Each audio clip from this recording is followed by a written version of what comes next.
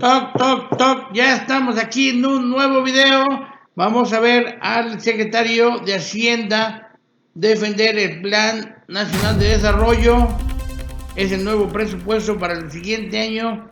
Hay algunos que no entienden y siguen tratando de amedrentar con sus argumentos que nunca usaron antes y ahora quieren que sean perfectos cuando ellos, los prianistas, eran de lo peor y no lo dejan trabajar. Vamos a ver qué dice el secretario en respuesta a todo lo que le han dicho los prianistas. Vamos a ver. Gracias, diputado Antonio Martínez, por su pregunta. Pregunta sobre la composición de la deuda y sobre una de las emisiones.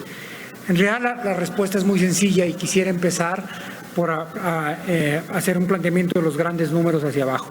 La deuda del país es alrededor al cierre del 2018 de un poquito menos de 45% del PIB. Esto quiere decir que son alrededor de 10 trillones de pesos. Esa deuda tiene cierta composición. La más importante es que necesitamos que sea una deuda de largo plazo para que no tenga un vencimiento inmediato.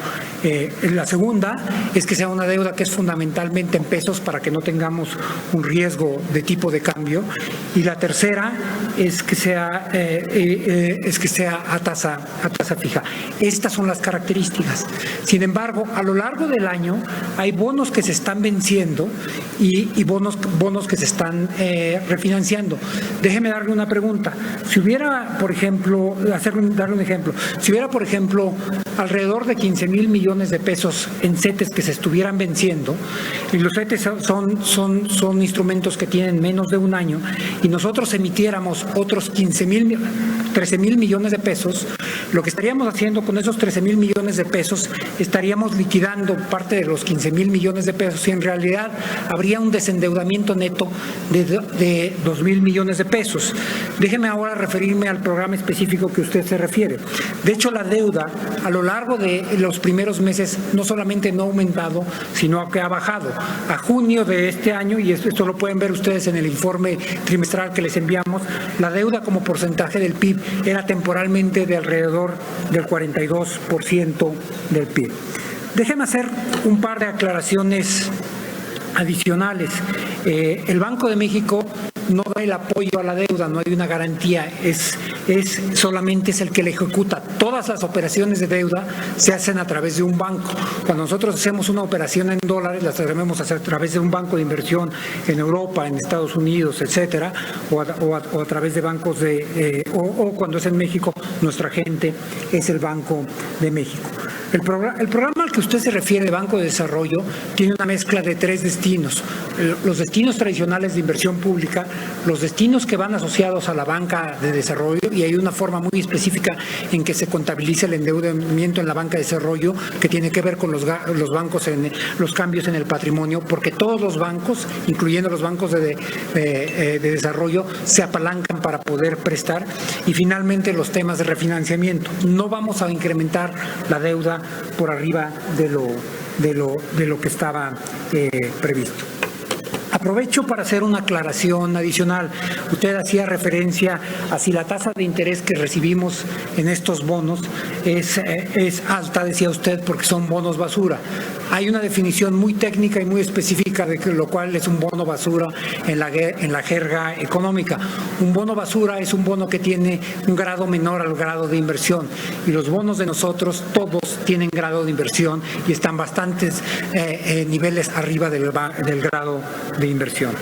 Esa es mi respuesta puntual, diputado Ortega Martínez, pero quisiera aprovechar, dado que tengo un par de minutos más, para hacer un par de comentarios sobre el posicionamiento del diputado sin partido Carlos Alberto Morales, dado que él no va a tener oportunidad de hacer ninguna pregunta en esta ronda.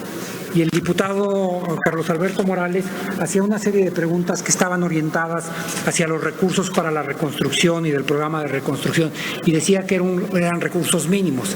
En realidad, la mayor parte de los recursos se encuentran en el Fonden. Hay cerca de $5,000 millones de pesos que no se han aplicado en el Fonden, y el Fonden, al ser un fideicomiso, un fondo, están fuera del presupuesto. De igual forma, hay montos muy importantes de varios miles de millones de pesos que están asociados a los seguros. De tal forma que si usted está buscando en el presupuesto los recursos para la reconstrucción, no los va a encontrar ahí porque ahí no están, son recursos fuera presupuestales. Muchísimas gracias. Gracias, secretario. Bueno, ahí está la respuesta del secretario, muy puntual, muy buena la respuesta. Parece ser de que los diputados que quieren meter en problemas al secretario de Hacienda no van bien preparados y ni siquiera saben de lo que está diciendo. Vamos a seguir escuchando. Referirse a que entre diciembre de 2018 y junio de 2019 se emitieron 4 electrónicas, lo que se reflejó en un incremento de 15.9% respecto al mismo periodo del año anterior, y por consecuencia a incentivar el cumplimiento de las obligaciones fiscales. Ahora bien, quiero vincular los resultados del primer informe de gobierno con el proyecto de presupuesto de egresos de la Federación para el ejercicio fiscal 2020. Vemos en la exposición de motivos del PEF que se continuará privilegiando el modelo de gasto en el que las dependencias y entidades favorecen la inversión productiva frente al gasto administrativo. De igual manera, se priorizan los programas que permiten reducir la desigualdad económica, sociales, culturales y regionales, implementando una administración de los recursos públicos sustentada en la austeridad. Y en última instancia, que la orientación del presupuesto provea de bienes y servicios públicos que beneficien directamente a la población, como los programas sociales orientados a los sectores más vulnerables, así como a las acciones en materia de educación, salud, infraestructura carretera y ferroviaria y el fortalecimiento energético, entre otros.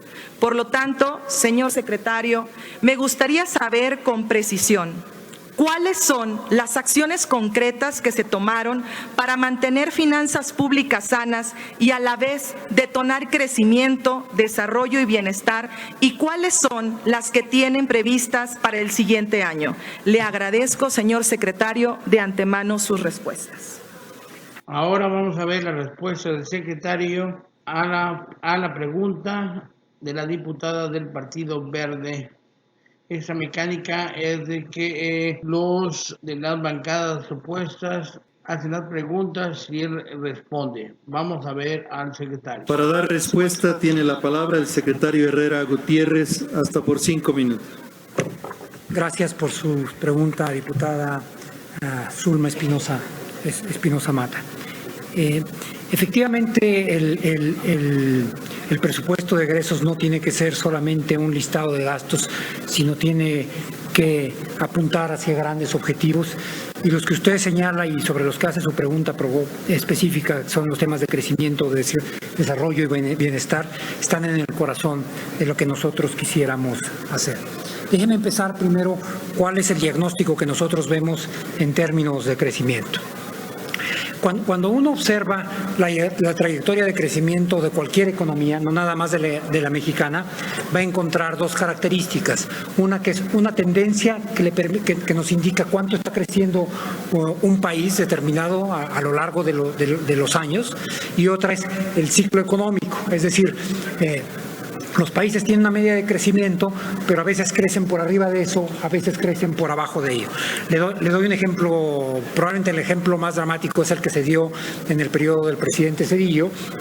En el primer año hubo una caída del 6.5%, en el último año hubo un aumento de casi el 5%, ¿no? Entonces, nosotros tenemos dos problemas que atender. Uno es, en el largo plazo, tenemos una tasa de crecimiento muy, muy baja. Desde 1993 a la fecha, la tasa de crecimiento del país ha sido únicamente del 2.4%. Y la tasa del PIB per cápita desde los 80 para acá ha sido únicamente del 0.7%. Entonces, las políticas que estamos impulsando nosotros están actuando sobre el tema de la estructura de largo plazo, pero también sobre la de corto plazo. Sobre los temas estructurales de corto plazo, de largo plazo, permítame mencionar tres rápidamente. Uno que tiene que ver con el lograr que tengamos un sector financiero muchísimo más dinámico. Es decir, si no tenemos un sector financiero que sea suficientemente profundo, el ahorro no se traduce en inversión y por lo tanto no se traduce en posibilidades de producción y de empleo. Hay una serie de iniciativas que hemos tenido en ese sentido, algunas de las cuales vinieron a la Cámara de Diputados para impulsar el sector bursátil, el sector de fondos de pensiones, etcétera. Quiero referirme ahora de manera muy rápida en los 2.5 minutos que tengo a los temas de corto plazo. La economía mexicana está altamente correlacionada con la economía de Estados Unidos. Esto quiere decir que usualmente cuando la economía de Estados Unidos crece, la mexicana crece y así igualmente. Nosotros estamos viendo desde el 2009 el ciclo más largo de expansión de la economía de Estados Unidos y también uno de los ciclos más largos de expansión de la economía mexicana, a niveles muy bajos de crecimiento, pero sin que haya una desaceleración. Lo cual hace entendible que, aunado a los conflictos internacionales, estemos entrando en una fase de aceleración. Cuando la fase de aceleración es por razones de demanda, usualmente lo que se hace o lo que se recomienda es que los países tengan políticas fiscales contracíclicas. ¿Qué quiere decir esto? Que haya un aumento del gasto o del impulso en la demanda agregada propiciado por el gobierno. ¿Qué es lo que estamos haciendo nosotros? Bueno, aprobamos una serie de proyectos específicos que son con gastos en los estados. Y doy 3 ejemplos, uno en términos de presas en Nuevo León, otro en Guadalajara del Peribús, uno en Ciudad Juárez de no sé cuál va a ser el nombre, pero es como una especie de Metrobús, un Peribús muy parecido. A través de Fonacot estamos dando 1.2 millones de créditos al consumo a los trabajadores que están siendo fondeados a través de un crédito del Banco del Bienestar. Pero como también requerimos proyectos que se traduzcan en inversión de manera inmediata, a través de la Secretaría de Comunicaciones y Transportes estamos en la última fase de estudio de los desdoblamientos de 6 concesiones carreteras que, a cambio de que les ampliemos el plazo de la concesión, van a invertir alrededor de 18,000 millones de pesos en este año. Y finalmente, un último punto, que es aun cuando el presupuesto que les enviamos a ustedes va a ser discutido y aprobado en los próximos meses y aprobado con fecha máxima del 15 de noviembre, nosotros tenemos permitido legalmente, mientras que sea prudente, iniciar los procesos de licitación desde ahora. Vamos a hacer un proceso de licitación de alrededor de 100,000 millones de pesos, lo cual quiere decir que aunque los servicios los estaremos recibiendo en enero y los estaremos pagando con el presupuesto del año siguiente, las empresas que obtengan esos contratos van a empezar a contratar trabajadores, a gastar en capital, en maquinaria y equipo desde este año. Muchas gracias. Bueno, esa fue la respuesta del secretario de Hacienda. Toc, se acaba el video. No se les olvide suscribirse al canal, activar la campanita, darnos muchos likes, manita arriba y nos vemos en el próximo video.